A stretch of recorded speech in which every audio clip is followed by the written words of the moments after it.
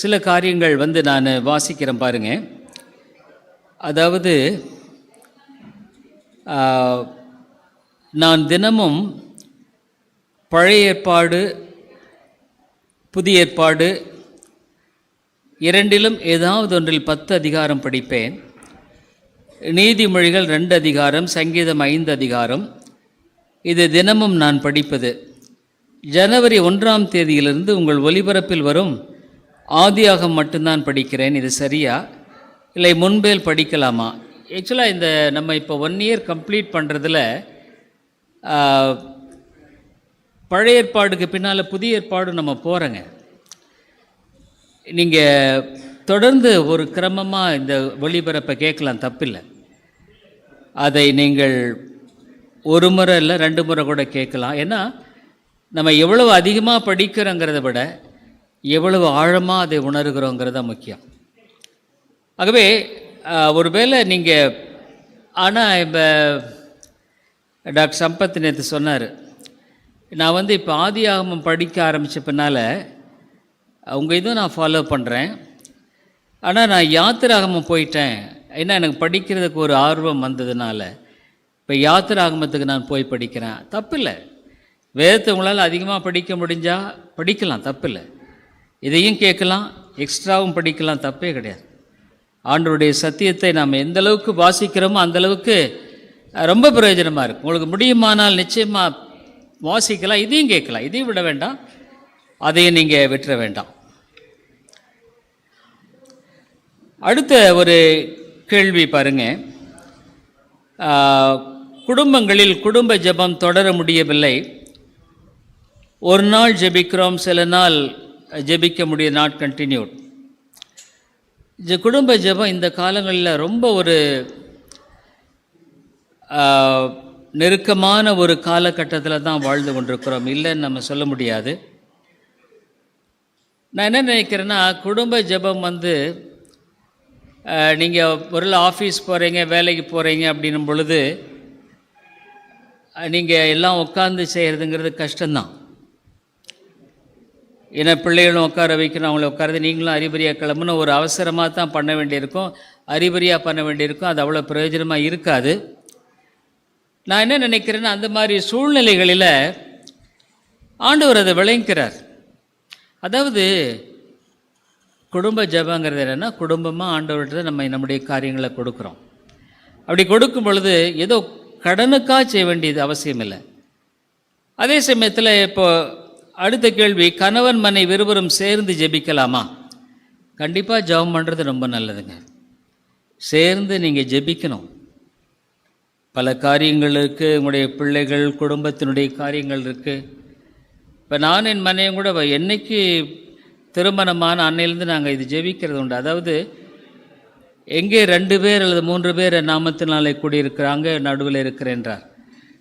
நீங்கள் பூமியில் ஒருமனப்பட்டிருந்தால் பரலோகத்தில் அது உண்டாயிருக்கும் நான் சொல்கிறேன்னா, ஒரு கணவன் மனைவி சேர்ந்து ஜெபிப்பது ரொம்ப ரொம்ப முக்கியம். குடும்ப ஜெபம் சில சமயத்தில் பண்ண முடியாமல் போகலாம். ஏன்னா நீங்கள் அறிபறியாக வேலைக்கு போகிறீங்க, திரும்ப வர லேட் ஆகுது. அதே சமயத்தில் இன்னொரு கேள்வியும் அதே மாதிரி தான் இருக்குது. அதாவது என்னன்னு சொன்னால், இப்போது ஹஸ்பண்ட் அவர் லேட்டாக வர்றாரு, பிள்ளைகள் தூங்கிடுறாங்க.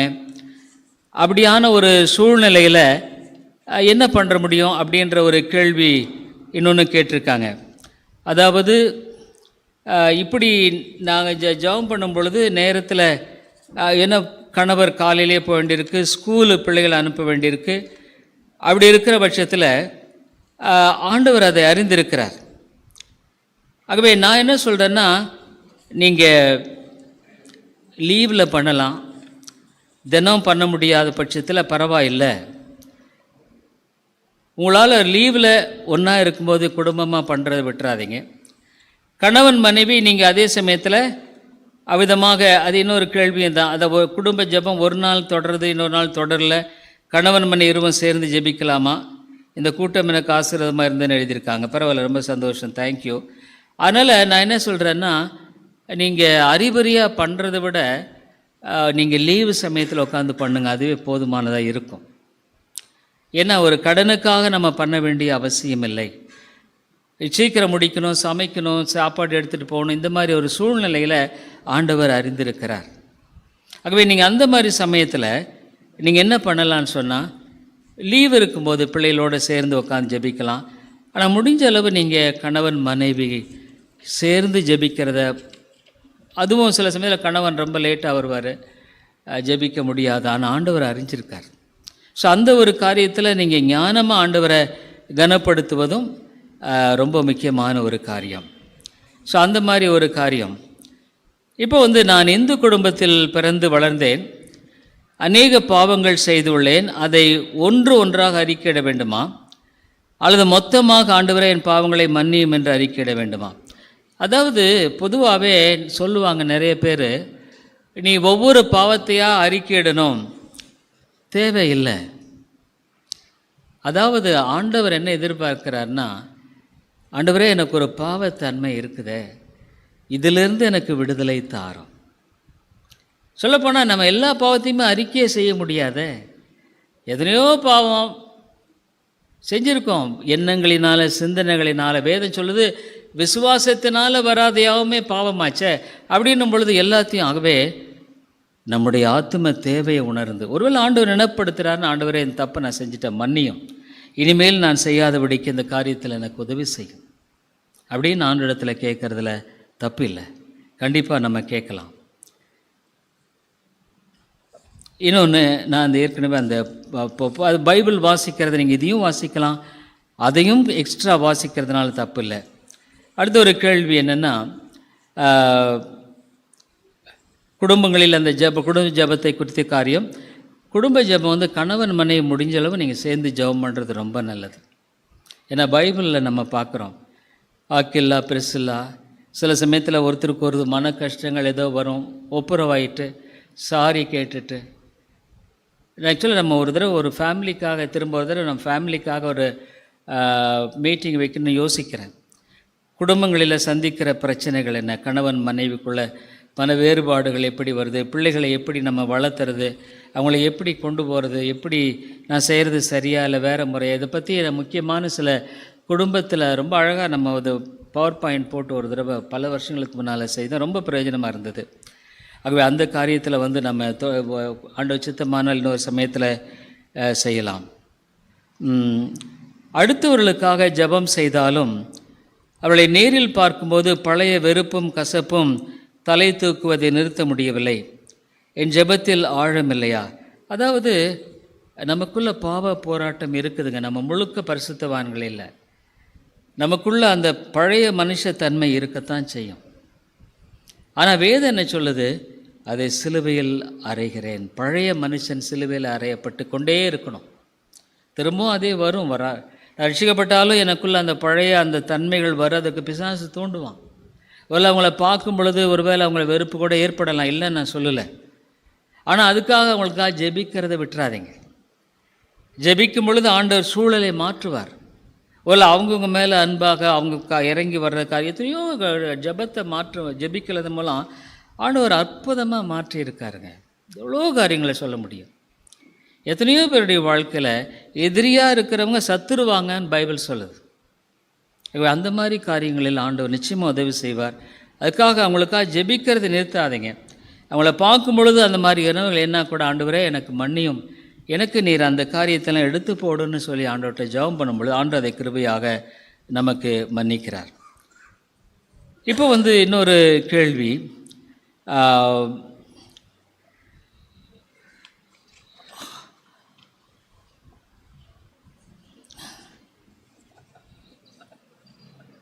இயேசுவின் நாமம் ஏமாற்றம், தோல்வி, வருத்தம், மனபாரம், குடும்ப ஜெபம் பண்ண முடியல. ஒன்றுங்க, பிசாசு நம்மளை ஜெபிக்க மட்டும் விட மாட்டான். அதாவது சந்தர்ப்பம் கிடைக்குமெல்லாம் பண்ணுங்க, தப்பில்லை. ஆனால் அதே சமயத்தில் நீங்கள் பிசாசு என்ன பண்ணுவான், குடும்ப ஜெபத்தை பண்ண விட மாட்டான். நான் அதுவும் பேலன்ஸ் எப்போவுமே வச்சுக்கணும். முடியாத சூழ்நிலைகளை கத்தர் 8 மணிக்கெல்லாம் வீட்டை விட்டு நான் கிளம்புன்னு சொன்னால், நீங்கள் பிள்ளைகள் எந்திரிக்கிறது அதுக்கு முன்னால் அல்லது சாயந்தரம் வந்தால் செய்கிற மாதிரி சூழ்நிலை இருக்குமானா செய்யலாம். ஆனால் இது செய்கிறது ஒரு நிதானமாக செய்யும்படியான ஒரு காரியமாக இருக்கிறது. அதனால் பார்த்தீங்கன்னா பல தோல்விகள் அருமையாலே நம்ம உண்மையிலே யாருமே விதிவிலக்கலை. தோல்விகள் இருக்குது, மனபாரம் இருக்குது, கஷ்டங்கள் இருக்குது. பிசாசு என்ன பண்ணுவான், அதை நம்மளே சுமக்க வைக்கிறது தான் அவனுடைய அந்த தந்திரம். ஆனால் ஆண்டவர் என்ன சொல்கிறாரு, அவையெல்லாம் என் மேலே வைத்து விடுங்கள். அவன் மேலே என் வைத்து விடும் பொழுது நான் உனக்காக அக்கறையுள்ள ஜெபிக்கிறேன், அக்கறையாய் செயல்படுகிறேன். ஆகவே அந்த காரியமெல்லாம் வந்தாலும் கூட நம்ம சோர்ந்து போகாமல் ஆண்டவரிடத்தில் ஜெபிக்கணும். இன்னொன்று என்னென்னா, குடும்ப ஜெபம் பண்ண முடியலன்னும் பொழுது சில சமயங்களில் நம்ம லீவு சமயத்தில் கொஞ்சம் நேரம் எடுத்து கூட ஜெபம் பண்ணலாம், தப்பில்லை. ஒரு டைம் எடுக்குது, ஒருவேளை சனிக்கிழமை லீவ் இருக்குது, ஏதோ ஒரு டைமு சாகசமாக உட்காந்து கூட நம்ம உட்காந்து நிதானமாக ஜெபிக்கலாம். எல்லாரையும் ஜெபம் பண்ண வைக்கலாம், பிள்ளைகளை ஜெபம் பண்ண வைக்கலாம். அதாவது வாரம் முழுக்க நம்ம ஜெபம் பண்ண முடியாமல் போகிற சூழ்நிலையில், அபதமான சூழ்நிலையில் தான் நம்ம செய்ய வேண்டியிருக்கும். ஏன்னா அறிபறியாக கடனுக்காக செய்கிறதுல பிரயோஜனமே இல்லை. ஆகவே நீங்கள் டைம் கிடைக்கும்போது ஒரு டைம் ஃபிக்ஸ் பண்ணிக்கலாம், ஜெபிக்கணும். ஏன்னா குடும்ப ஜெபத்தை ஆண்டவர் முக்கியப்படுத்த பழைய ஏற்பாட்டில் தங்களுடைய பிள்ளைகளுக்கு பெற்றோர்கள் போதிக்கிறத வேதத்தில் சொல்லுது. அதை நம்ம விட்டுறவும் கூடாது, ஒரேடியாக விட்டுறக்கூடாது. காலையில் நேரத்தோடு தேவனை தேட முடியவில்லை, ஆவிக்குரிய வாழ்க்கையில் முன்னேற்றமில்லை, ஆவிக்குரிய வாழ்க்கையில் நான் சோம்பேறியாக இருக்கிறேன், அம்மையில்லை, சாத்தா நம்மளை விட மாட்டான். ஆனால் நான் ஒன்று சொல்கிறேங்களுங்க, நீங்கள் ஒரு நோட்டு புக் வச்சுக்கோங்க உங்கள் வாழ்க்கையில். இப்போ இதே இது இப்போ நான் ஜெபம் பண்ணுறேன், ஆண்டவரே என்னுடைய வாழ்க்கையில் எத்தனையோ ஏமாற்றங்கள் சந்திக்கும் பொழுது என்னால் சமாளிக்க முடியலையே, தோல்விகளை நான் துவண்டுறேனே, எனக்கு நீங்கள் உதவி செய்யுங்க, வருத்தமாக இருக்குது, ரொம்ப காரியங்களை மனசோர்வு இருக்குது, மனபாரமாக இருக்குது, குடும்ப ஜெபம் செய்ய முடியல, நான் என்ன பண்ணுறது, என்ன பண்ண எனக்கு புரியல, காலையில் நேரத்தோடு ஆண்டவர் தேடல, இந்த வாரத்தை எல்லாமே நீங்கள் ஆண்டவரிடத்தில் சொல்லிடலாம். ஆண்டவர் கேட்குறாரு, அழகாக சூழ்நிலை மாற்றுவார் பாருங்களேன், அற்புதமாக மாற்றுவார். ஆகவே சோர்ந்து போகாமல் ஜெபம் ரொம்ப கஷ்டங்க. அதனாலே ஆண்டவரே சொல்லிட்டார், சோர்ந்து போகாமல் ஜெபம் பண்ணுங்க. இன்னொரு கேள்வி என்னன்னு சொன்னால், ஜெபத்தினால் அநேக நன்மைகள் பெற்றிருக்கிறோம். இன்று ஜெபத்தின் வல்லமை குறித்து இன்னும் அதிகமாக அறிந்ததினால் கர்த்தருக்கு நன்றி செலுத்துகிறோம். இன்னும் ஊக்கமாக ஜெபிக்க இந்த பிரசங்கம் மிகவும் பயனுள்ளதாக இருந்தமைக்கு நன்றி. பரவாயில்ல, ரொம்ப சந்தோஷம். நீங்கள் ஜெபம் பண்ணலாம். சர்ச்சுக்காக இப்போ நீங்கள் வந்திருக்கீங்க, நீங்கள் ஒருவேளை இவ்வளோ நாளாக சர்ச்சில் ஆண்டவரே ஆத்துமாக்களை ரட்சியும், போதரு மனைவிக்காக உங்களுக்காக பலப்படுத்துங்க, ஜெபம் பண்ணலாம். சபையில் ஆத்துமாக்கள் ரட்சிக்கப்படணும், இந்த பட்டண அணிஜனங்கள் இருக்காங்கன்றாங்க, நான் சபையில் ஒரு ஆசீர்வாதமாக இருக்கணும், எனக்கு ஒரு பங்களிப்பை தாரும், நானும் ஒரு சபையில் என்னை உட்படுத்தி கொண்டு வாழணும், சபையோடு இணைந்து வாழுகிற ஒரு வாழ்க்கையை தான். ரொம்ப பாருங்கள், நீங்கள் உண்மையாலுமே ஆண்டவர் ஜெபம் பண்ணும் பொழுது ரொம்ப சந்தோஷத்தை கொடுப்பார். ஏன்னா அவரிடத்தில் நம்முடைய வாழ்க்கையை நம்ம ஒப்புக் கொடுக்கும் பொழுது அவர் காலங்களெல்லாம் மாற்றுவார், சூழ்நிலை மாற்றுவார். ஆகவே நீங்கள் ஜெபிக்கிறத விட்டுறாதீங்க, தொடர்ந்து ஜெபிங்க. நான் சொல்கிறது, நீங்கள் ஒரு நோட்டோ அது எழுதிக்கிங்க. ஒரு தனி இடம்ல ரூமில் உட்கார முடியல, ஏதாவது ஒரு பெசாமல் உட்காந்துருங்க, கண்ணை மூடிட்டு ஒரு சேர்லேயே உட்காந்துக்கிட்டு அந்த லிஸ்ட்டை பார்த்து ஜெபம் பண்ண ஆரம்பிச்சிருங்க. வீட்டிலுக்கு மற்றவங்கெல்லாம் ஜெபம் பண்ணிகிட்ருக்காரு, ஜெபம் பண்ணிட்டோன்னு விட்டுருவாங்க. பவுல் எத்தனை இடத்துல போன ஊழியர்களுடைய கூட்டத்தில் நான் பேசினேன், எனக்காக ஜெபித்து கொள்ளுங்கள், எனக்காக ஜெபித்து கொள்ளுங்கள்னு ஒரு 7-8 முறை பைபிளில் இருக்குது. எங்களுக்காக ஜெபிங்க, சபைக்காக ஜெபிங்க. அது ரொம்ப முக்கியமான ஒரு காரியமாக இருக்கும், அது நிச்சயமாக வெற்றியாக இருக்கும். Why is our mind distracted while doing prayer? அதாவது நம்முடைய மனசு ரொம்ப அலைப்பாயம். அதுக்கு நீங்கள் என்ன பண்ணலான்னா, இந்த மாதிரி குறிப்புகளை எழுதிட்டு ஜெபம் பண்ணுங்கள். இந்த மாதிரியான காரியங்களுக்காக பிள்ளைகள் பெற்றோர்களுக்காக ஜெபம் பண்ணலாம், பெற்றோர்கள் பிள்ளைகளுக்காக ஜெபம் பண்ணலாம், உறவுகளுக்காக ஜெபம் பண்ணலாம். நீங்கள் ஜெபிச்சு பாருங்கள், ஆண்டவருடைய காரியத்தை பார்க்கலாம். ஜெபம் பண்ணாமல் நீங்கள் கான்சன்ட்ரேட் பண்ண முடியாது. எல்லாத்துக்கும் இருக்கிற பிரச்சனை தான். ஏன்னா பிசாசுனுடைய பேட்டில் கிரவுண்டே மைண்டு தான். இங்கே அவன் டிஸ்டர்ப் பண்ணானா எல்லாத்தையும் அடிச்சிடலாம். ஆகவே தான் அவன் எப்போவுமே மைண்டை தான் டிஸ்டர்ப் பண்ணுவான். அந்த கவலை, இந்த கவலை, அது இது ஏதாவது ஒன்று. அதை நம்ம எப்படி மேற்கொள்ளணும்னா, இப்படி நோட்டை பார்த்து இது படிக்கும் பொழுது அந்த டிஸ்ட்ராக்ஷனை கொஞ்சம் அவாய்ட் பண்ணிக்கலாம். பழக பழக பழக உங்களுக்கு அப்புறம் ஆண்டவர் அந்த வெற்றியை கொடுப்பார்.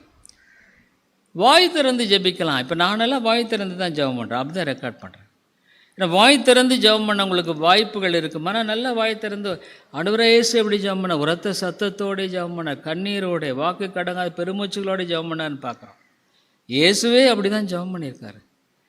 அப்போ நீங்கள் யோசனை பண்ணுங்கள், அவர் கண்ணீரோட, உரத்த சத்தத்தோட, வாக்கடங்காத அவர் தெய்வ குமாரனே ஜெபம் பண்ணாரு, நீங்களும் நான் ஜெபம் பண்ணாமல் இருக்கிற தப்பு இல்லைங்களா? ஆகவே when will God come to earth? Bible என்ன சொல்லுதுன்னா, ஜீசஸ் மறுபடியும் வரப்போகிறது. இந்த உலகத்தில் சுவிசேஷம் எல்லா பகுதிகளுக்கும் அறிவிக்கப்பட்ட உடனே இயேசுவின் வருகை வரும். அவர் தெரிந்து கொள்ளப்பட்ட ஆத்துமா, கடைசி ஆத்துமா ரட்சிக்கப்பட்ட உடனே ஆண்டவர் முடிச்சிருவார். He will come. நிச்சயமாக வருவார்.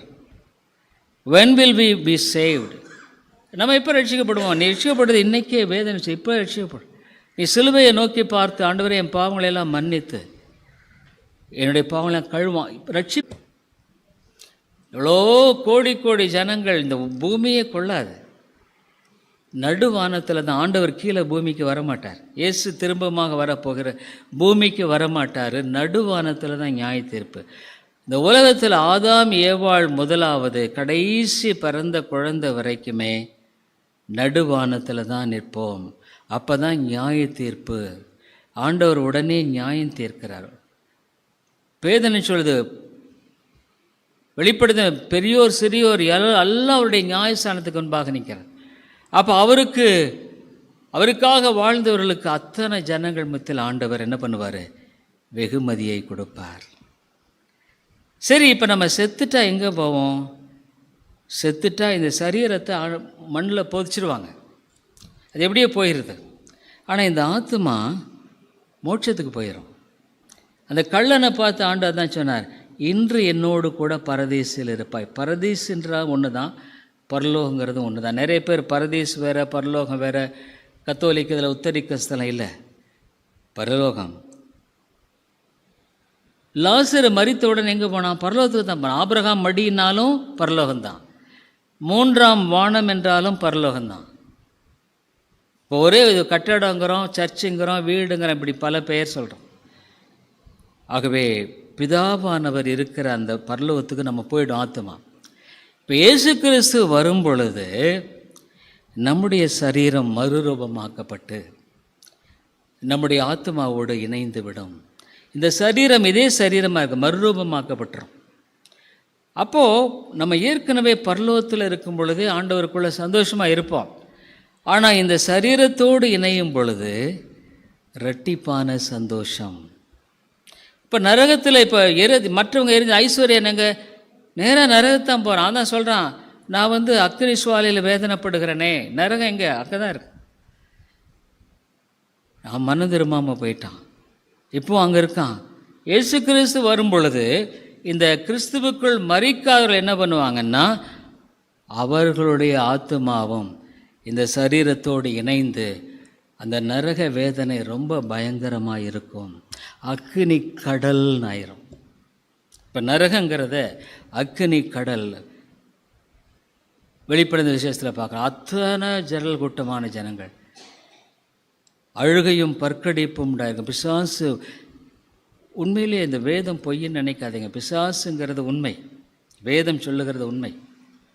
அவ அக்னி கடலை போல அத்தனை ஜனங்க, ஐயோ ஆண்டவரை ஏற்றுக்கொள்ளாமல், ஆண்டவரை தெரியாமல், அங்கே இளைப்பாறுதல் இல்லை, பற்கடிப்பு. அப்படின்னா ஐயோ நான் ஏன் இங்கே வந்தேன். அந்த ஐஸ்வர்யவான் வேதனைப்படுறான். நீங்கள் போங்க சகோதரத்தில் சொல்லுங்கள், நம்மளாகவே தான் இருப்போம், வேறு ஆளை மாற மாட்டோம், நம்ம பிசாசாக மாற மாட்டோம், நம்ம தான். அந்த ஐஸ்வர்யனாக தான் இருக்கிறான். ஆனால் அவன் என்ன சொல்கிறான்? அங்கே கூட அவன் ஒரு நல்ல எண்ணம் அவனுக்குள்ளே இருக்கு பாருங்க, அவன் நல்லவன் தான். அவன் ஏன் நரகத்துக்கு போனான்? மனம் திரும்பாமல் போனால் நீங்களும் அப்படியே சாவீர்கள். ஆகவே இந்த காலம் மனம் திரும்புகிற காலம். ஆகவே தேவன் அந்த பரலோகத்துக்கு வரும் பொழுது நம்ம எல்லாரும் அழைத்து பரலோகத்துக்கு போகும் பொழுது வெகுமதியோடு அழைத்து செல்வார். எவ்வளோ பாடுபட்டவர்கள் எல்லாத்துக்கும் முன்னால் நல்லது, உத்தமம், உண்மையில் ஊழியனே, கொஞ்சத்தில் உண்மையாக இருந்தான். ஒரு தாளந்து பெற்றவன் என்ன பண்ணுவான்? ஒரு தாளந்து பெற்றவன் யார்? ஆண்டவருடைய வெளிச்சத்தையெல்லாம் பெற்றும் அவன் ஆண்டவருக்காக வாழாமல் போயிட்டான். 2 தாளந்து அவன் ரட்சிக்கப்பட்டான். ஆண்டவருக்காக கொஞ்சம் அவனுக்கு பலன் இருந்தும், பிலதெல்பியா சபையை வெளிப்படுத்த வாசிக்க கொஞ்சம் பலன் ஆண்டவருக்கு உண்மையாக இருந்தில்ல, எஜமான் சந்தோஷத்தில் பிரவேசி அப்படின்னு சொல்கிறத நம்ம பார்க்குறோம். பாவம் முதலில் எப்படி தோன்றியது? லூசிஃபர் தேவ தூதனாக இருந்தபோது எப்படி அவனுக்குள் பெருமை தோன்றினது? இது நமக்கு தெரியாது. பாவம் எப்படி தோன்றினது நமக்கு தெரியாது. ஆனால் பாவத்துக்கு ஆண்டவர் காரணர் அல்ல, அவர் அனுமதித்தார். லூசிஃபர் தேவ தூதனாக இருந்தவன் எப்படி அவனுக்குள் பெருமை தோன்றியது அது நமக்கு தெரியாது. நோவாவின் காலத்தில் மனிதன் மறுபடியும் பாவம் செய்வார்கள் என்று அறிந்தும் அவன் குடும்பத்தை மட்டும் தேவன் ஏன் அழிக்கவில்லை? ஆண்டவர் நோவாவின் கர்த்தர் கண்களில் அவனுக்கு கிருபை கிடைத்தது. எல்லாத்துக்கும் சத்திய வசனம் கொடுக்கப்பட்டது. நோவாவை பிரசங்கம் பண்ணார், அவங்க விசுவாசிகள். ஆண்டவர் எல்லாத்துக்கும் தருணத்தை கொடுக்கிறார். அவர் முன்குறித்துள்ள ரட்சிக்கிறார் உண்மை, ஆனால் தருணமும் ஆண்டவர் கொடுக்கிறார் பைபிள் சொல்லுது. ஆகவே அவர்களுக்கு தருணம் கொடுக்கப்பட்டது. நோவாவின் குடும்பம் ஆண்டுக்கு முன்பாக உத்தமமாய் காணப்பட்டது. தீங்கு நாளுக்காக துன்மார்க்கனை உண்டாக்கினார் என்று துன்மார்க்கரின் சாவும் அவருக்கு பிரியமா இல்லை என்று சொல்லப்பட்டிருப்பதை எப்படி விளங்கிக் கொள்வது? அதாவது ஆண்டவர் சில மக்களை இந்த உலகத்தில் தீங்கு நாளுக்கென்று நியமித்திருக்கிறார் என்பதை பைபிள் சொல்லுது. ஆனால் ஒரு பாவியின் மரணத்தை அவர் விரும்புகிறதில்லை என்றும் வேதம் சொல்லுகிறது. இது பெரிய ஒரு மிஸ்ட்ரி. ஏசாவை ஆண்டவர் புறக்கணித்தார், யாக்கோபை தெரிந்து கொண்டார். ஏன் ஆண்டவரே? சொல்ல முடியும், எனக்கு தெரியாது. ஏன் ஆண்டவரே? இப்போ எத்தனையோ பேர் இருக்காங்க, எத்தனையோ பேர் போகிறாங்க, என்னை விட எத்தனையோ நல்லவங்க இருக்காங்க, ஏன் எனக்கு மட்டும் ஆண்டவர் இந்த கிருபையை கொடுத்தார்? எனக்கு தெரியாது. அது அவருடைய தெரிந்து கொள்ளுதல். அதே சமயத்தில் துன்மார்க்கனையும் அவர் தான் ஆளுகை செய்கிறார். இந்த உலகத்தில் பாவம் பிரவேசித்த பொழுது துன்மார்க்கனை ஆண்டவர் நியமித்து செயல்படுகிறார். ஆனால் அந்த துன்மார்க்கனுக்கும் மனம் திரும்பும்படியான வாய்ப்பையும் ஆண்டவர் கொடுக்கிறவராக இருக்கிறார் அப்படிங்கிறதையும் நம்ம பார்க்குறோம். இது புரியல, எனக்கே புரியல. எப்படி ஆண்டவர்? நிறைய காரியங்கள் பரலோகத்தில் போனால் தான் நமக்கு புரியும். தெரிந்து கொள்ளுதல் சத்தியத்தை ஆண்டவர் கண்டிப்பாக சொல்கிறார். அப்போ தெரிந்து கொண்டதை ரட்சிப்பார். அப்போ ஏன் சுவிசேஷத்தை அறிவிக்கணும்னு நம்ம யோசிக்கலாம். அதே இயேசு சொல்கிறார், நீங்கள் என்னை தெரிந்து கொள்ளவில்லை, நான் உங்களை தெரிந்து கொண்டேன் அப்படின்னு சொன்னவர் அங்கே என்ன பண்ணாருன்னா, போய் எல்லாத்துக்கும் சுவிசேஷம் பிரசங்கம் பண்ணுன்றார். ஏன் ஆண்டவரே, நீ தெரிந்து கொண்டிருந்தால் ரட்சிப்பீரே, ஏன் போய் சொல்கிறீர்? தெரியாது. ஆனால் இதன் மேல் விழுந்த கடமையின் பவுல் சொல்கிறார். அநேக காரியங்கள் தேவனுடைய கட்டளையாக கொடுக்கப்பட்டதை நாம் நிறைவேற்றுகிறோம். வேதத்தில் எல்லாம் நமக்கு பதில் நமக்கு இப்போ தெரியாது, நித்தியத்தில் தான் நமக்கு தெரியும். அதுவும் நம்ம தெரிந்து கொள்ள வேண்டிய ஒரு காரியம். Sons of God marry daughters of men. Who are these sons of God? Are the Angeles?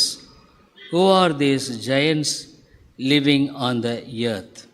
இது நிறைய பேர் பலவிதமான விளக்கங்களை சொல்லுகிறார்கள். நோவாவின் காலத்தில் ராட்சதர்கள் இருந்தார்கள் என்று சொல்லப்படுகிறது.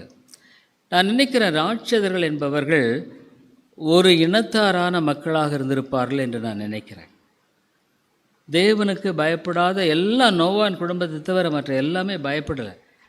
ஆகவே அவர்கள் ஒரு தனிப்பட்ட இனமாக இருந்த அந்த மக்கள் மற்ற பொதுவான ரீதியில் இருந்த மனிதர்களோடு கூட அவர்கள் இவ்விதமாக வாழ்ந்திருக்கக்கூடும் என்று நான் நினைக்கிறேன். வேறு தேவ தூதர்களாக இருக்க வாய்ப்பில்லை. ஏன்னா அதுக்கு சப்போர்ட் பண்ணுறதுக்கு எந்த சத்தியமும் நமக்கு இல்லை. ஆகவே இந்த ஜெயன்ஸ் எல்லாம் யாராவது ஒருத்தர் ஒரு குரூப் ஆஃப் பீப்புளாக இருந்திருக்கக்கூடும். அவங்க ஏஞ்சல்ஸ் இல்லை. Who are these giants living on the earth? தெரியாது. ஆனால் அவர்கள் எல்லாம் ஆண்டவர் அழிச்சிட்டார் பாருங்களேன். நோவாவை தவிர இப்போ அவங்களுடைய அந்த ட்ரேஸை நம்ம பண்ண முடியாது. ஆகவே அவர்கள் எல்லாம் அழிஞ்சிட்டாங்க. ஆகவே அதனுடைய சரித்திரம் நமக்கு இல்லை. நோவாவின் காலத்துங்களில் அந்த நாட்களில் சரித்திரபூர்வமாக எழுதப்பட்ட காரியங்கள் அநேகம் தெரியாது நமக்கு. Who is this Satan? Who was Satan created by God? Though God is sovereign, why has he not completely destroyed the Satan? பாருங்க, ஆண்டவர் ஏன் சாத்தானா அவர் உருவாக அனுமதித்தாருங்கிறது நமக்கு தெரியாது. ஆனால் ஒன்று, தேவன் அனுமதித்தார். தேவன் அனுமதித்த இந்த சாத்தானை ஆண்டவர் வெற்றி காணும்படியாக, அவர் தம்முடைய மக்களை மீட்கும்படியாக, ஒரு கூட்ட மக்களை தெரிந்து கொண்டு அவளை ரட்சிக்கும்படியாக, தம்முடைய வெற்றியை நிலைநாட்டும்படியாக சாத்தானை அனுமதித்திருக்கிறார். ஒருவேளை சாத்தானை அனுமதிக்கப்படாமல் இருந்திருந்தால் நல்லா இருக்குமே. ஆனால் எதுவும் நமக்கு தெரியாது. ஏன் ஆண்டவர் செய்தார்? ஆனால் சாத்தான் உண்மையாக அவன் செயல்படுகிறவனாக இருக்கிறான். அவன் யாருன்னே தெரியாது. ஆண்டவர் அவனை உருவாக்கலை. எப்படி வந்தால் நமக்கு தெரியாது. சர்வ ஏகாதிபத்தியத்தின் தேவனாக இருந்தாலும் அவனை அவர் அழிக்கவில்லை. ஏன்னா அவர் தொடர்ந்து வெளிப்படுத்திய விசேஷத்தில் அவர் வெற்றி, எங்கள் எல்லாவற்றையும் வெற்றி சிறக்க பண்ணுறதை பார்க்குறோம். God is sovereign. இந்த சாத்தான் கடைசியில் முழுக்க தோற்கடிக்கப்பட்டு அவனை நரகத்தில் அவர் முற்றமாக அழிக்கிறார். ஏன் இந்த இடைப்பட்ட காலத்தை அவர் தெரிந்து கொண்டார்? பேசாம அப்பயும் அழிச்சிருக்கலாமேன்னு சொன்னால் அது நமக்கு தெரியல. ஆனால் சாத்தானுடைய முடிவு நிச்சயமாக அழிவுக்காக இருக்கிறதை பார்க்கிறோம். How to overcome immoral sexual sins through God's word? Is it easy to overcome the fallen nature and live a life pleasing to God? மாம்ச இச்சைகளின் பாவங்களை நான் எப்படி மேற்கொள்வது? அம்மையாலே, இது இயற்கையாகவே மனிதனுக்குள்ளாக இருக்கிற ஒரு உணர்வு. இப்போ ஆண்டவர் ஏன் இந்த பால் உணர்வை உண்டாக்கினார்? மனிதர்கள் பலுகி பெருகும்படியாக பால் உணர்வை உண்டாக்கினார். ஆனால் பாவம் என்னாச்சு? அதை தாறுமாறாக்கி போட்டது. ஆணும் பெண்ணும் வாழும்படியான ஒரு வாழ்க்கை முறையைத்தான் ஆண்டவர் ஏற்படுத்தினார். ஆனால் சோதோம் குமாராவிலே ஆண்களோடு ஆண்கள், பெண்களோடு பெண்கள் வாழுகிற வாழ்க்கை முறையை நம்ம பார்க்குறோம். அப்போதான் ஆண்டவர் சோதோம் குமாராவை அழித்தார். இன்றைக்கு பல தேசங்களில் இந்த ஹோமோசெக்ஷுவலை அனுமதிக்கிறாங்க. லா வந்திருக்கு. இப்போ சமீபத்தில் மலையாளத்தில் ஒரு படம், அது ரொம்ப சரியான ஒரு படம் அல்ல. ஹோமோசெக்ஷுவலை அவங்க ஆதரிக்கிற மாதிரி அந்த படத்தை அது ஒரு பெரிய விமர்சனமாக போட்டுக்கிட்டு எல்லாம் செய்கிறாங்க. அப்போ என்ன ஆச்சுன்னா, தெய்வ பயமில்லாத ஒரு சமுதாயத்தில் வாழ்ந்துட்டுருக்குறோம். அப்போ ஹோமோசெக்ஷுவலுங்கிறது அப்போ ஒரு அங்கீகரிக்கப்பட்ட ஒரு காரியம்தான். அதில் என்ன தப்பு இருக்குன்ற மாதிரி அந்த படத்தை அவங்க கொண்டு போகிறாங்க. அதுக்கு என்னமோ விருதுகிறதெல்லாம் சொல்கிறாங்க. அப்போ எந்தளவுக்கு மனிதனுடைய சிந்தனை தேவனுடைய அந்த பரிசுத்தத்துக்கு எதிராக இருக்குது பாருங்கள். ஆகவே நம்முடைய வாழ்க்கையில் தேவனோடு நெருங்கி வாழும் பொழுது இதை மேற்கொள்ள முடியும். தேவன் இல்லாமல் மாம்ச ரீதியான பாவங்களை மேற்கொள்ள முடியவே முடியாது. தேவனிடத்தில் தான் நீ போகணும். ஆண்டவரே, எனக்கு நீர் வெற்றியை கொடும், விடுதலையை கொடும். அதே சமயத்தில் நம்முடைய வாழ்க்கையில் முக்கியமாக வாலிப பிள்ளைகள் ரொம்ப ஜாக்கிரதையாக இருக்கும். இப்போ செல்ஃபோனெல்லாம் பயங்கரமான பாவ காரியங்கள் சீக்கிரமாக வந்துடுது. எத்தனையோ வயதானவர்கள் அதனுடைய பாவத்துக்கு அடிமைகளாக இருக்கிற ஒரு காரியமாக இருக்குது. ஜாக்கிரதையாக இருக்கணும். ஏன்னா அவனுடைய அந்த ஒரு படத்தை பார்க்குறது பெருசில் பார்த்து ஒரு நிமிஷத்தில் போயிடும். அதனுடைய தாக்கம் மைண்டில் எடுக்க முடியாது. It takes time. இது பிசாசானவன் கொடுக்கும்படியான ஒரு தந்திரமான ஒரு காரியம். நான் ஜெயிக்கணும்னா நம்முடைய வாழ்க்கையில் ஆண்டவருக்கு நெருக்கமாய் அவருடைய சமூகத்தை தேடும் பொழுது அதன் மூலமாக தான் வெற்றி, கர்த்தர் தான் நமக்கு வெற்றியை கொடுக்க முடியும். The men of Sodom and Gomorrah were practicing adultery and homosexual sins. So God destroyed the cities completely. Nowadays, Western countries also commit the same abominable sins. Why is God not destroying the western nations? Sodom குமாராவை அந்த homosexual ஆண்டவர் அழிச்சிட்டார். ஏன் இப்போ மேற்கத்திய நாடுகளில் அதுமாதிரி மேற்கத்திய நாடுகள் ரொம்ப சீர்கெட்டு போயிடுச்சுங்க. சாதாரணமாக நீங்கள் பார்த்தீங்கன்னா டைவர்ஸ் எல்லாம் ரொம்ப சாதாரணமாக போச்சுங்க. இப்போது திடீர்னு பார்த்தா நம்ம பிரசிடெண்ட்டு எல்லாருமே பார்த்தா டொனால்ட் ட்ரம்ப்பெல்லாம் அவருக்கு எத்தனாவது மனைவி, 3ஆவது 2வது தெரில. இது அந்த காலத்தில் நாங்கள் 86 கொல்லிமலை போனப்போ எங்கள் ஃபஸ்ட்டு நம்ம சர்ச்சுக்கு வந்தவங்க ஒரு மலையவங்க தான். அந்த ஐயாவுக்கு அவர் கட்டின அந்த பெண்ணானவள் கட்டினதால் சேர்த்திக்கிட்டாங்கன்னு தெரியல, 3வது மனைவி. அந்த ஐயாவுக்கு அந்த அம்மா 3வது மனைவி. அந்த அம்மாவுக்கு இந்த கணவன் 3வது கணவர். கொல்லிமலையில் இன்றைக்கி நிறைய இதெல்லாம் பாதிப்பு ரொம்ப இருக்குங்க. பாப்பி கூட ஹை ஸ்கூலில் கேர்ள்ஸ் மத்தியில் அதுக்காக கூட ஜெபம் பண்ணுங்க. ஹை ஸ்கூல் மத்தியில் போய் அந்த பிள்ளைகள் மன ரீதியாக ரொம்ப பாதித்த பிள்ளைகள் இருக்காங்க. ஏன்னா சிலர் பார்த்திங்கன்னா அம்மா வேற ஒருத்தரோட ஓடி இருக்கும், அப்பா வேற ஒரு பொண்ணை கல்யாணம் பண்ணியிருப்பார். இந்த பிள்ளைகளுக்கு வீட்டில் நம்பிக்கையே இல்லை. வீட்டில் இன்றைக்கி நிறைய கொல்லிமலையில் அப்படி குடும்பங்கள் இன்றைக்கும் இருக்குதுங்க, இன்றைக்கும் இருக்குது. அப்போ அந்த பிள்ளைகள் மன ரீதியாக பாதிக்கிறாங்க. நிறைய சூசைட், தற்கொலைக்கு போகிறாங்க இன்றைக்கி. ஸோ ரெகுலராக பாப்பி இந்த ஹை ஸ்கூல்ஸில் போயிட்டு எடிசன் கூட அங்கே பாய்ஸ் அவங்க ட்ரை பண்ணுறாங்க, அவங்களுக்கு எதாவது சொல்லி கொடுத்து இது பண்ணுறதுக்கு. இதே பேர் பிள்ளைகள் மனசை ஓப்பன் பண்ணுறாங்க. இப்படியெல்லாம் இருக்குது. அதே சமயத்தில் இந்த கோ எஜுகேஷனால் சின்ன வயசுலேயே பசங்களும் பெண்ணுங்களும் ஒருவர் விரும்புகிறாங்க, கடிதங்கள் எழுதுகிறாங்க. அந்த பையன் சரியில்லாதவனாக இருப்பான். இன்றைக்கி எவ்வளோ பாருங்கள், இங்கே ஏற்காட்டில் போய் பாருங்கள், எத்தனை பசங்க பொண்ணுங்க. அந்த பையனை பார்த்தா அவன் முடி வெட்டிருக்கிறத பார்த்தாவே இவன் சரியாக இருக்க மாதிரி தெரியல. அழகான பெண்கள் அவங்கள போய் மாட்டிட்டாங்க. ரொம்ப ஜாக்கிரதையாக இருக்கணும். இந்த செக்ஷுவல் சின் ரொம்ப பயங்கரமானது. நன்மை தீமை அறியும் கனியை தேவன் அந்த தோட்டத்தில் வைத்ததின் காரணம் என்ன? சாத்தான் அந்த கனியை சாப்பிட வைப்பேன் என்பது தேவன் அறிந்தும் ஏன் அதை வைக்காதது ஏன்? அதாவது ஆண்டவர் ஒரு டெஸ்ட்டு தான் அந்த இடத்துல. நம்ம இப்போ ஒரு செய்கிறோம், இப்போ நீங்கள் இதே லிக்விட் இருக்குன்னா டெஸ்ட் பண்ணுவீங்க. நீங்கள் போயிட்டு இது ஊற்றுனா சரியாக ஒர்க் ஆகுதா? அப்போ ஆண்டவர் அவங்களுக்கு அந்த சோதனையை கொடுத்தார். It's a test. அதில் அவங்க நின்று இருக்கணும். சாத்தானுடைய அந்த ஆதாம் ஏவாளுக்கும் நமக்கும் உள்ள வித்தியாசம் என்ன தெரியுங்களா? ஆதாம் ஏவாள் ஒன்றா பாவம் செய்கிறதுக்கு அவங்க தெரிந்து கொள்ளலாம், பாவம் செய்யாமையும் தெரிந்து கொள்ளலாம். நம்ம அப்படி இல்லை. நம்ம பாவ ஈர்ப்பு நமக்கு இருக்கத்தான் செய்யுது. நமக்குள்ள பாவங்கிற தன்மை இருக்குது. பவுல் தான் சொல்கிறார், நானல்ல எனக்குள்ளே இருக்கிற பாவமே அப்படி செஞ்சது. அப்படி இருக்கும் பொழுது நம்முடைய வாழ்க்கையில் இந்த ஈர்ப்பின் சக்தி அதிகமாக இருக்கிறதுனால நம்முடைய வாழ்க்கையில் விழுந்து போகிறோம். சில சமயம் விழுந்துட்டு ஏண்டா விழுந்தோம். எத்தனையோ பெண்கள் தெரியும், அவசரப்பட்டு சில பையன்கள்கிட்ட மாட்டிக்கிறாங்க, வாழ்க்கையே போயிடுது. ஜாக்கிரதையாக இருக்கணும் வாலிப பையன்கள் பெண்கள். அவங்க சில நன்மை தீமை அறியத்தை கனியை ஏன்னு வச்சாருன்னா அவங்க சோதிக்கப்பட வேண்டியது அவசியமாக இருந்தது. எதுவுமே சோதிக்கப்பட வேண்டியது அவசியமாக இருக்கு. அப்போ ஆண்டவர் அந்த வைத்ததுனால தான் அவருடைய உண்மை நிலை வெளிப்படுகிறது.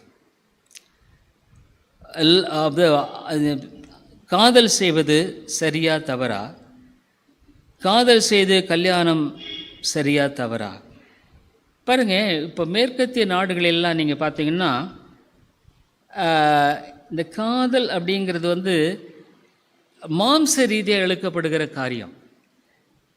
ஆனால் மேற்கத்திய நாடுகளில் பார்த்து கல்யாணம் பண்ண மாட்டாங்க, வாலிபர்களாக தெரிந்து கொள்வாங்க. ஆனால் ரட்சிக்கப்பட்ட வாலிபர்கள் என்ன பண்ணுவாங்க? ரட்சிக்கப்பட்ட பெண்களை தெரிந்து கொள்வார்கள். ரட்சிக்கப்பட்டவங்க ரட்சிக்கப்படாத பெண்களை தெரிந்து கொள்ள மாட்டாங்க. இப்போ நானே மெட்ரோபாலிட்டன் டேபர்னக்கிள் இந்த சர்ச்சில் 1 இயர் நாங்கள் அங்கே இருந்தோம். அப்போ பார்த்தீங்கன்னா சில வாலிபர்கள் சில பெண்கள், ஆனால் அந்த பிள்ளைகள் 2 பேரும் ஆண்டவருக்கு பயந்தவங்க, அப்படி அவங்க தெரிந்து கொண்டு வாழ்வாங்க. ஆனால் அதே சமயத்தில் நீ ஆண்டவரை அறிஞ்சிருக்கிற, ஆண்டவருடைய சத்தியத்தை தெரிஞ்சிருக்கிற, நீ ஆண்டவரை அறியாத ஒரு பையனையோ பெண்ணையோ விரும்புகிறது தப்பு. வேதம் என்ன சொல்லுது?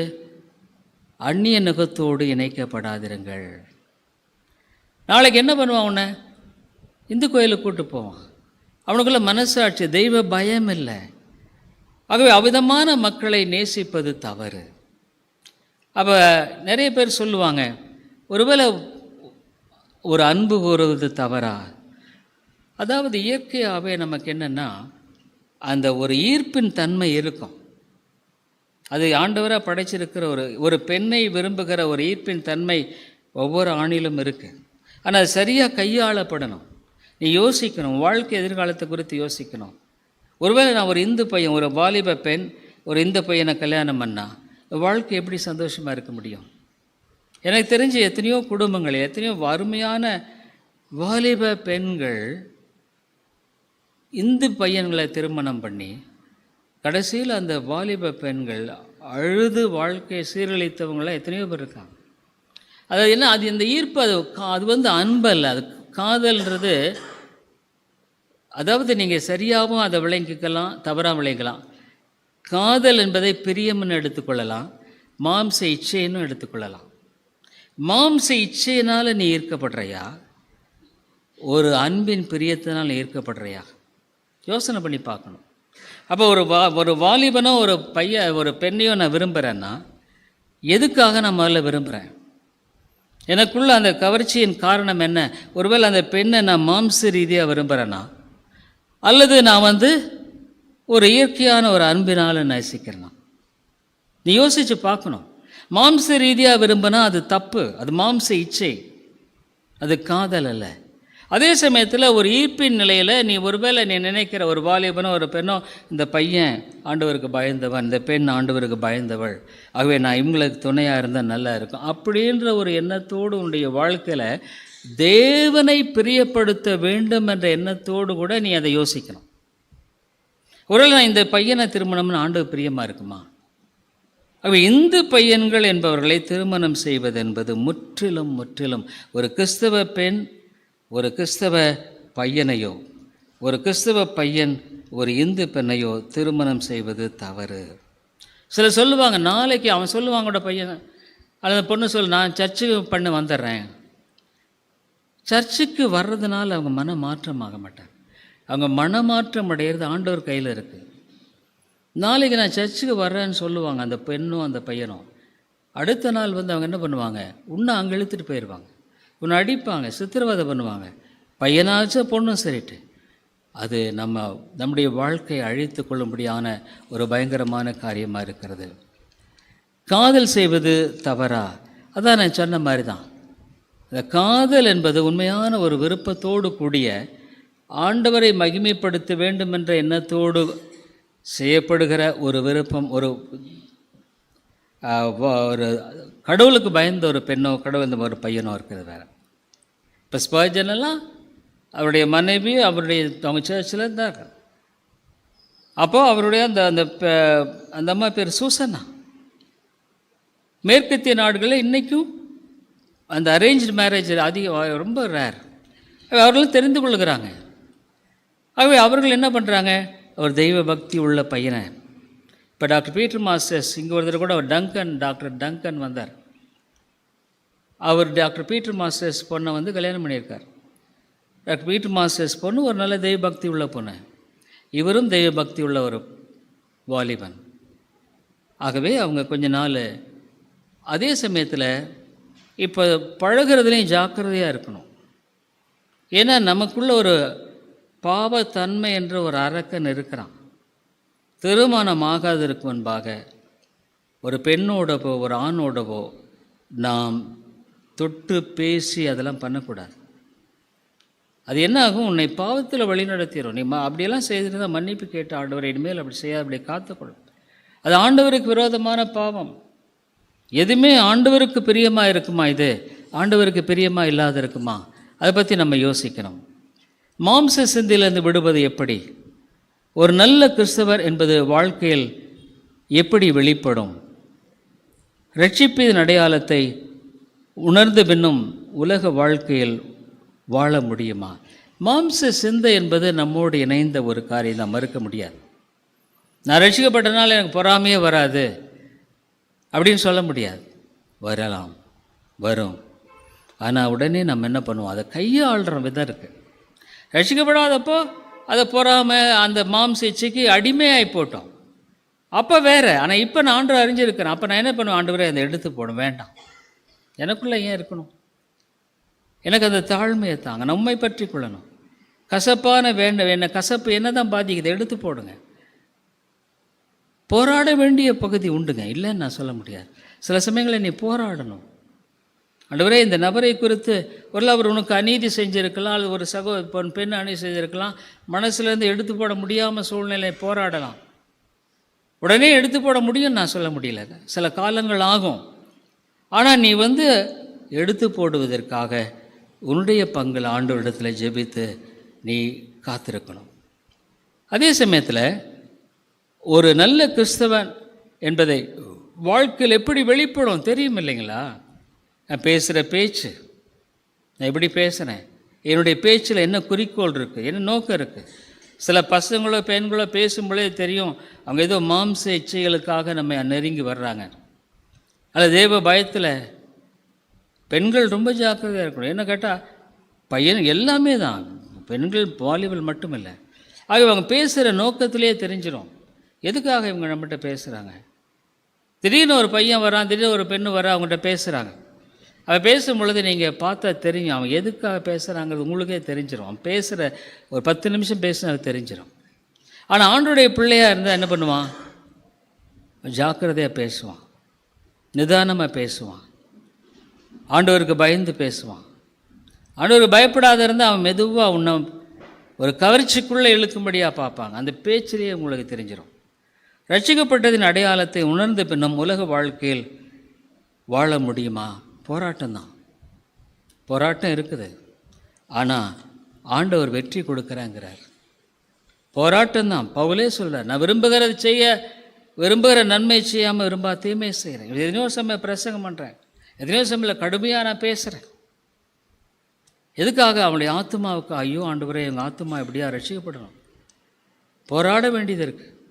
அப்போது நம்முடைய வாழ்க்கையில் இந்த போராட்டம் இருக்கும். திடீர்னு பிசாசு நம்மளை இழுப்பான், திடீர்னு எதிர்பாராத விதத்தில் நம்மை இழுக்க பார்ப்பான்.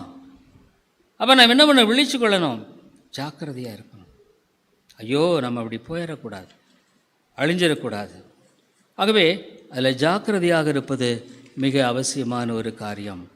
பாவம் முதலில் எப்படி தோன்றியது? லூசிஃபர் தேவதன் வந்தது போது அவனுக்குள் பெருமை தோன்றியது. நோவாவின் காலத்தில் மனிதர்கள் மறுபடியும் பாவம் செய்வார்கள் என்று அறிந்திருந்தோம், அவன் குடும்பத்தை மட்டும் தேவன் என அழிக்கவில்லை. இதை நம்ம ஏற்கனவே பார்த்தோம். ஆண்டவர் அவருடைய கண்களில் அவருக்கு கிருபை காட்டினார். ஆண்டவர் அவங்களை தெரிந்து கொண்டார். இதே ஒன்று நீங்கள் முக்கியம். இப்போ சிலர் இப்போ என்ன பண்ணுவாங்க, ஒரே ஒரு இது இருக்குது. சிலர் என்ன பண்ணுவாங்கன்னா, தெரிந்து கொண்டு நான் ஆண்டவரால் தெரிந்து கொள்ளப்பட்டேன், ஆகவே நான் பாவம் செஞ்சால் கூட நரகத்துக்கு மோட்சத்துக்கு போவேன். இல்லை, நீ ஆண்டவரால் தெரிந்து கொள்ளப்பட்ட ஆத்மாவாக இருந்தால் அந்த பரிசுத்த வாஞ்சைகளை எண்ணங்களையும் ஆண்டவனுக்கு கொடுப்பார். யாரை முன்குறித்து அவர்களை அழைக்கிறார், யாரை அழைக்கிறார் அவர்களை நீதிமான் ஆக்குகிறார். நான் தெரிந்து கொள்ளப்பட்டவன் பாவத்தில் நான் வாழ்ந்தால் அது நான் தெரிந்து கொள்ளப்படவில்லை என்ற அர்த்தம். நான் என்னை ஏமாற்றிக்கிறேன். இப்போ தெரிந்து கொள்ளுதல் எப்படி வெளிப்படும்? தெசலோனிக்கே சபையை பார்த்து பவுல் எழுதுகிறார், நீங்கள் உங்களுடைய விசுவாசத்தின் நம்பிக்கையும் அன்பின் பிரயாசத்தையும் பார்த்து நீங்கள் தெரிந்து கொள்ளப்பட்டுள்ள என்று நான் விசுவாசிக்கிறேன். கடைசியாக, I was completely lost among the world's pleasure and I completely enjoyed it. So I refused to pray and read Bible for a long term. நான் உலகத்தில் மாட்டின அது வேதத்தை வாசிக்கிறதில்ல, ஜெபிக்கிறதில்ல. After that I realized everything vanished away one by one. எல்லாம் கடைசியில் எல்லாம் மறைஞ்சு போச்சு. I felt the absence of God, which is in turn I was left with depression, health problem, jobless, completely empty. Now this year 2024 I have decided to hold back Lord's hand as like before. Will God accept my prayer and come back after a long break? If yes, when will I be noticing the change? ஆண்டவரிடத்தில் வருகிற ஒருவே தள்ளுறதில்லை. ஒரு நாளும் கர்த்தரிடத்தில் அவர்களை ஆண்டவர், அந்த இளைய குமாரன் வரும்பொழுது அந்த தகப்பன் அங்கே அவங்களை முத்தமிட்டு அவனை வரவேற்கிறார். ஆகவே தேவன் ஒரு பக்கம் ரொம்ப நல்லது, இந்த உலகம் ஒரு எம்டின்னு தெரிஞ்சுக்கிறதுன்னு ரொம்ப நல்ல காரியம். இந்த எண்ணத்தையும் ஆண்டவர் தான் நம்ம இருதயத்தில் கொடுத்துருக்காரு. இப்போ இனிமேல் நான் ஆண்டவர் பக்கம் வரணும். ஆண்டவராக அந்த எண்ணத்தை கொடுக்கலன்னா நம்ம வர மாட்டோம். சோர்ந்து போக வேண்டிய அவசியம் இல்லை. இப்போ என்ன பண்ணணும்? ஆண்டவரிடத்தில் தைரியம். அவர் நம்ம அந்த எண்ணத்தையே கொடுத்தவர் ஆண்டவர் தான். அவர் உங்களை கைவிட மாட்டார், நிச்சயமாக வழி நடத்துவார். அவருடைய கிருபை என்றும் உள்ளது. ரொம்ப அருமையான ஒரு காரியம். பரவாயில்ல, இந்த அநேக நல்ல கேள்விகள், மனதை திறந்து கேட்ட கேள்விகளுக்காக நான் வரவேற்கிறேன். ஏன்னா இந்த மாதிரி கேள்விகள் தான் இல்லை, நம்ம சந்திக்கிற பிரச்சனைகள் தான் இது எல்லாமே, இதில் மாற்றமே இல்லை. அவை நல்ல ஒரு காரியத்தை கொடுத்துக்கா ஜெபம் பண்ணுங்கள். நீங்கள் ஜெபிங்க. கர்த்தர் இந்த காரியத்தின் மூலமாக உங்களுக்கு மிகப்பெரிய காரியங்களை செய்து விடுவார். இந்த பேப்பர்ஸில் நான் கிழிச்சு போட்டுருவேன். இது யார் என்னன்றது எனக்கே தெரியாது. ஆனால் கூட நீங்கள் நல்ல ஓப்பனாக எழுதியிருக்கிறீங்க. ரொம்ப வரவேற்கிறேன். அது தப்பு நான் நினைக்கல. ஏன்னா நான் ஒரு வாலிபனாக என்னுடைய காலங்களில் கடந்து போன காரியங்கள் எல்லாம் எனக்கு தெரியும். ஆகவே இது இயற்கையாக நம்ம சந்திக்கிற ஒரு காரியங்கள். ஜெபித்து நம்ம முடிக்கலாம். கரெக்டாக 4 ஆயிடுச்சு பாருங்கள். அன்புள்ள ஆண்டவரே, இந்த நாளிலும் கூட நாங்கள் அருமையாய் பல காரியங்களை சந்திக்க நீர் கிருபை கொடுத்ததற்காய் ஸ்தோத்திரம். எவ்வளோ காரியங்களை ஆண்டவரே நாங்கள் சிந்தித்தோம். எத்தனையோ வாலிப பிராயங்களில் பல பிரச்சனைகளை நாங்கள் சந்திப்பதை குறித்து நாங்கள் சிந்தித்தோம். நல்லது ஆண்டவரே. வாலிப பிள்ளைகள் ஜாக்கிரதையாக இருக்க உதவி செய்யும். ஒருவேளை இந்த ஆண்டவரை அறியாத இந்த பையன்கள் இந்த பெண்கள் கவர்ச்சிப்பார்களானால் அதை ஆண்டவருக்கு பிரியமாக இருக்காது என்பதை விளங்கிக் கொள்ளட்டும். அதே சமயத்தில் ஒரு வாலிபனோ ஒரு வாலிப பெண்ணோ தன்னிடத்தில் பேச முடியாத காரியத்தில் என்ன நோக்கத்தோடு அவர்கள் பேசுகிறார்கள் என்பதை தெரிந்து கொள்ள, ஒரு ஆண்டவருக்கு பிரியமான வழியில் நடக்க வேண்டும் என்ற விருப்பத்தோடு அவர்கள் இந்த காரியத்தில் பேசுகிறாங்களா அல்லது மாம்ச ரீதியாக பேச என்பதை குறித்து விளங்கிக் கொள்ளக்கூடிய ஞானத்தை தாரும். இந்த ஆண்டவரை கேள்வி கேட்ட ஒவ்வொருவருக்காய் ஸ்தோத்திரம். அவருடைய வாழ்க்கையில் சந்திக்கிற பிரச்சனைகளுக்காக நான் ஜெபிக்கிறேன். பலதரப்பட்ட பிரச்சனைகள், பலதரப்பட்ட காரியங்கள். ஆனால் ஆண்டவரே, நீர் போதுமானவர். வழி நடத்தும், காத்துக்கொள்ளும், ஒவ்வொருவரையும் ஆசீர்வதியும். வருகிற காலங்களில் ஆண்டவரே, நாங்கள் ஒவ்வொழுது குடும்பங்களாக வாலிபர்களாக கூடிய நாங்கள் பல காரியங்களை சிந்திக்க உதவி செய்யும். ஆண்டவரே, இந்த நாளில் எவ்வளோ அருமையாக எங்களுக்கு நீர் கூட்டி கொடுத்தீர். ஸ்தோத்திரம்.